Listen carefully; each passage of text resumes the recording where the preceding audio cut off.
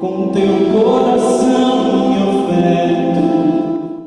Fala aí galera, beleza? Este é o quarto vídeo da série Pai Nosso Passo a Passo, o último deles, e se dedicará a estudar os pedidos desta belíssima oração do Pai Nosso, os dois últimos. Não nos deixeis cair em tentação, mas livrai-nos do mal.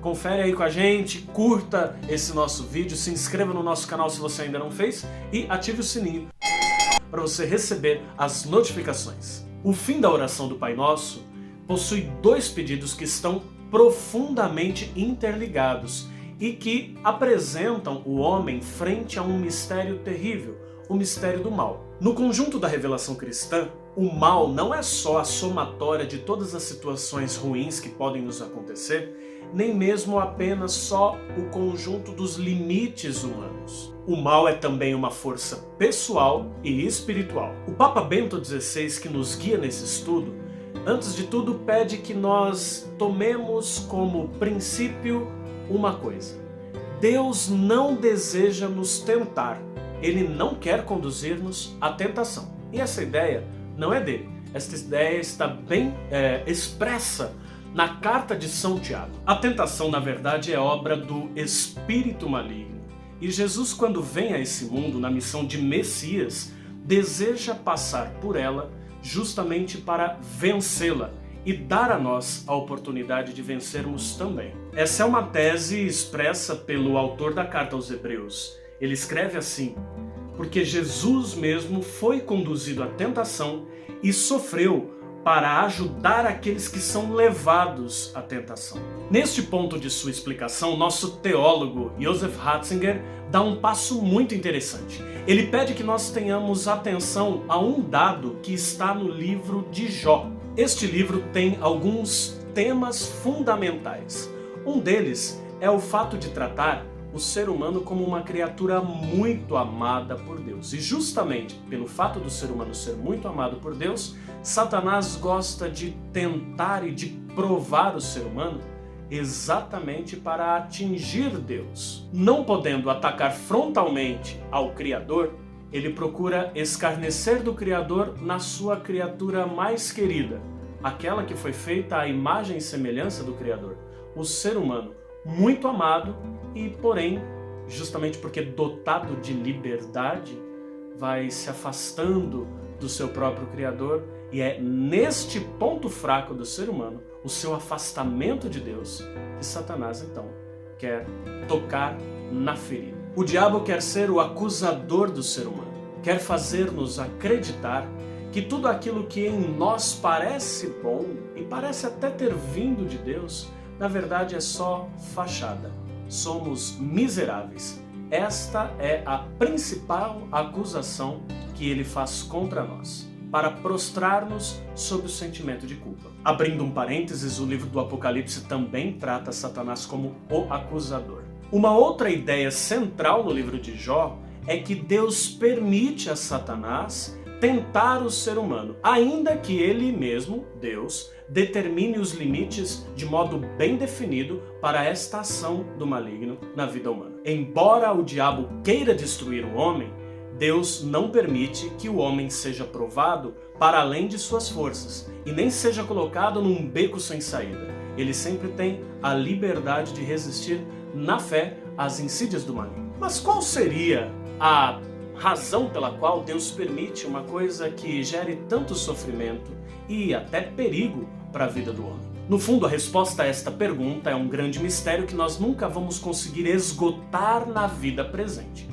Entretanto, a revelação divina dá-nos saber algumas pistas para tentar responder algo sobre esta pergunta.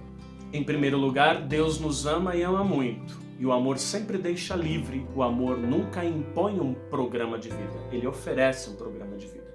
Logo, o ser humano precisa ser livre para escolher, inclusive, um projeto frontalmente contra Deus, ou seja, a proposta do maligno. O primeiro ponto é a liberdade do homem. Um outro ponto importante é o fato de Deus desejar que o ser humano amadureça e chegue a utilizar mais dos seus potenciais. Esse processo de amadurecimento muitas vezes precisa da provação como instrumento de crescimento.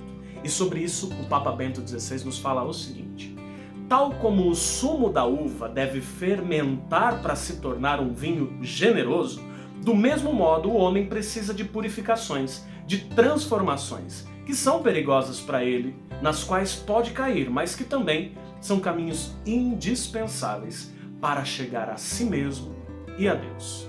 Na conclusão da explicação deste pedido, o Papa Bento XVI expressa uma explicação de um modo muito humano. Ele diz que pedir para não cair em tentação seria mais ou menos dizer assim diante de Deus: Senhor, eu te agradeço muito pela liberdade que me deste.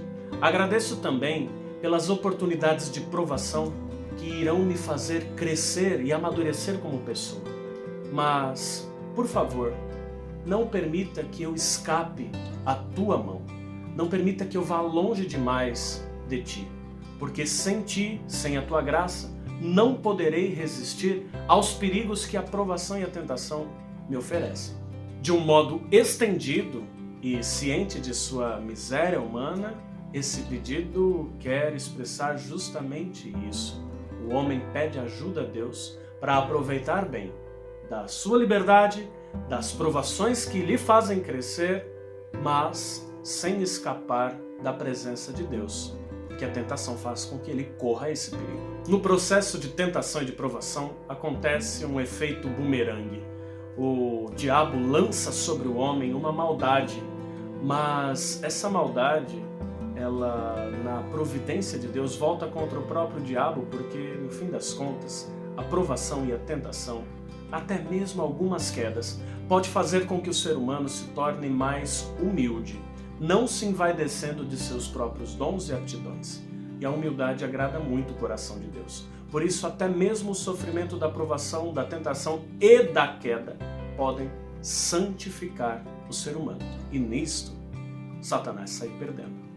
E assim chegamos ao último pedido da oração do Pai Nosso: mas livrai-nos do mal. No fundo, dentre todos os pedidos, este é o mais explícito no sentido de requerer sobre o ser humano a salvação que vem de Deus. O mistério do mal perpassa o mundo, perpassa a história como um todo e a experiência de vida individual de cada ser humano. Este mistério se revela concretamente com situações difíceis, dolorosas, com a miséria, com o pecado. Mas apesar da concretude sensível dessas experiências de mal, nós não podemos perder de vista que o mal é também uma inteligência pessoal, como já dissemos anteriormente neste vídeo. Esta inteligência pessoal e espiritual maligna pode lançar seus tentáculos sobre a história em diferentes tempos, com diferentes modos. Por exemplo, o livro do Apocalipse, entre os capítulos 12 e 13,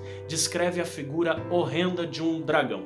Esse dragão, pelos símbolos que ele contém, com várias cabeças e cor de fogo, acaba significando aquilo que era a expressão mais forte do mal para a comunidade para a qual São João escreve o livro do Apocalipse. Em sua época, o mal se revelava sobretudo através das perseguições que o dragão vermelho, ou seja, o imperador romano e seus exércitos, proporcionavam às comunidades que acreditavam em Jesus Cristo. Este dragão horrendo, que é o Império Romano, tenta dominar o homem na sua totalidade, ou seja, fazê-lo inclusive adorar a figura do imperador para ter domínio sobre sua consciência. As épocas podem mudar, mas essas tentações permanecem presentes no mundo. Na sociedade atual, temos uma economia de mercado que por vezes esmaga e exclui tanta gente.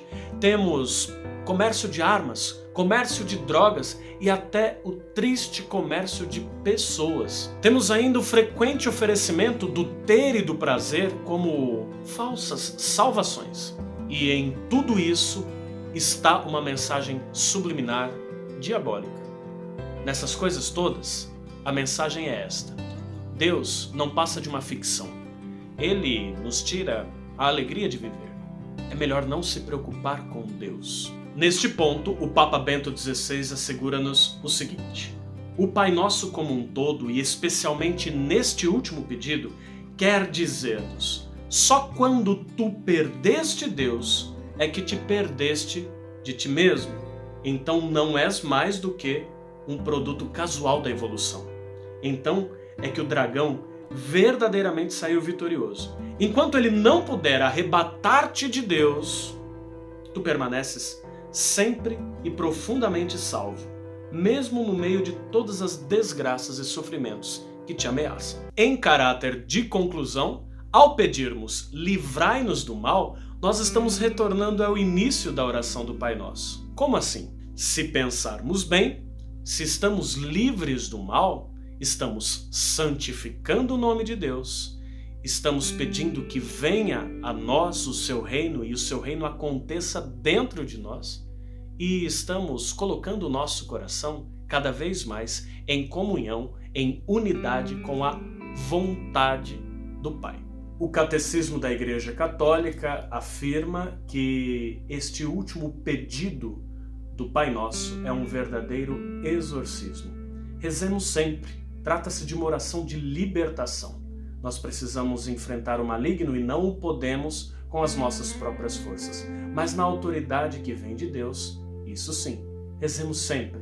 Confiemo-nos nas mãos daquele que nos ama profundamente e que se revelou a nós através dessa oração, não como um patrão, não como um chefe, mas como um verdadeiro Pai.